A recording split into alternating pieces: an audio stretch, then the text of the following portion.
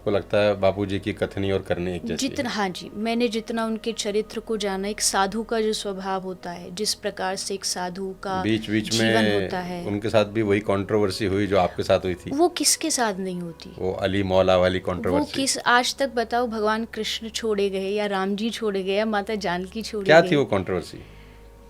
Controversy Covid time में थोड़ा हुई थी, और थी तो बहुत नॉर्मल, लेकिन सोशल मीडिया आजकल वो है ना कि सच्चाई छुपाई गई, अफवाह उड़ाई गई, बात कुछ और थी, बताई कुछ और गई। अरे वाह वाह वाह वाह। तो वो मुझे लगता है कि वो इन जगहों पर फिट हो क्या जाता है। सच्चाई थी और उड़ाई क्या गई? कथा बहुत, एक आज से मुझे लगता है 10 साल हो गए उस कथा को। कानपुर में कथा थी, और कानपुर में जो कथा थी वो एक ऐसी जगह पे कथा थी जहाँ एकदम पास में ही मस्जिद थी। तो कथा चल रही थी, एक दिन की कथा हो चुकी थी, दूसरे दिन की चल रही थी, और लाइव चल रहा था, आस्था पे लाइव थी। तो जिस समय कथा शुरू होती है उसी समय एकदम वो साउंड आता है, तो अजान की आवाज़ आ रही थी? हाँ जी, हाँ जी। तब तक तो मुझे ये भी नहीं पता था अजान और नमाज अलग होती है। वो तो जब कंट्रोवर्सी हुई तब पता लगा कि ऐसा भी कुछ होता है।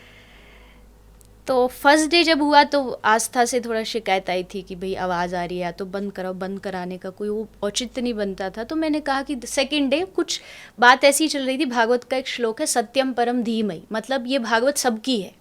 उसका जो व्याख्या अक्सर जो प्रवक्ता करते हैं यही करते, वही व्याख्या चल रही थी, और उस समय वो आवाज़ आई। तो मैंने कहा देखो सब भगवान एक है, तो आइए थोड़ी देर हम रुक के, जब तक इनका ये चलता हम थोड़ी देर रोकते संकीर्तन करते हैं। तो वो रोकते हैं वाला क्लिप काट करके कुछ आर्य समाज से कुछ लोग थे, तो उन्होंने उसको प्रस्तुत किया, और वो थोड़ा थोड़ा वो आग में घी डाले, क्योंकि कोविड टाइम था, सब खाली तो थे। फिर जब आग में घी डाला तो आग जली? जली, उस समय जली बहुत। अब बुझ गई है हाँ, या अभी अभी थोड़ी तो थोड़ी नहीं उसकी नहीं, अभी कब, गर्माइश महसूस होती है कभी ना ना कभी? ना ना, कभी नहीं। उस टाइम थोड़ा सा जब सब थोड़ा फ्री थे, एकदम एक चीज़ नई मिली, फिर चीज़ें जुड़ती चली गई, लेकिन उसका कोई अभी कुछ भी नहीं।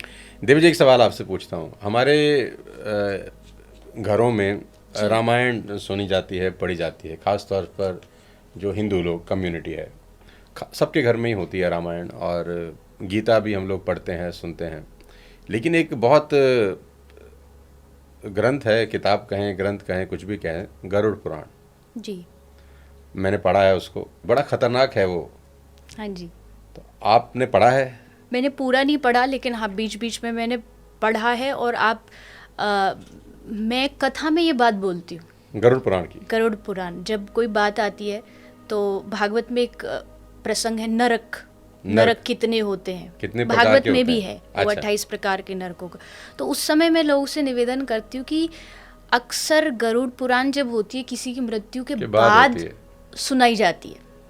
अब आदमी चला गया, पता नहीं सुन भी रहा है कि नहीं सुन भी रहा है, और सुन आप भी लेगा तो किसको क्या कर सुना रहे लेगा? हो, आप किसको। और इवन जो वहाँ सुनाया जा रहा है, मान लीजिए एक पंडित जी कथा करने आते, तो जो 2-4 परिवार के लोग भी बैठे होते, वो सुन नहीं रहे होते, वो भी सो ही रहे होते हैं, उनका अलग ही कुछ नहीं, उनका ध्यान हो सकता है उसमें भी लगा हो जो चला गया। हाँ, तो वो मुझे संतित तो लगता है हैं। कि देखिए हमारे पुराण जितने भी लिखे गए हैं सबका अलग अलग कुछ 3 प्रकार के गुण होते हैं, सात्विक, रासिक, तामसिक। तो वो 3 प्रकार के ग्रंथ बनाए गए हैं, तो वहाँ हर चीज़ अलग अलग कैटेगरी में बांटी गई है। अगर आपको जीवन और मृत्यु के बारे में जानना है, जो सबके लिए, मृत्यु कोई ऐसा तो है नहीं कि भाई ये बच जाएगा, या भाई मेरी तो होगी नहीं तो मैं क्यों जानूँ, मैं क्यों पढ़ूँ। मतलब ये तो अल्टीमेट ट्रुथ है जो कोई मिटा नहीं सकता। तो उसके बारे में जानिए ना, तो वो जानोगे कैसे आप, जब तक वो पुराण पढ़ेंगे नहीं या किसी से सुनेंगे नहीं, तो आप कैसे जान पाओगे।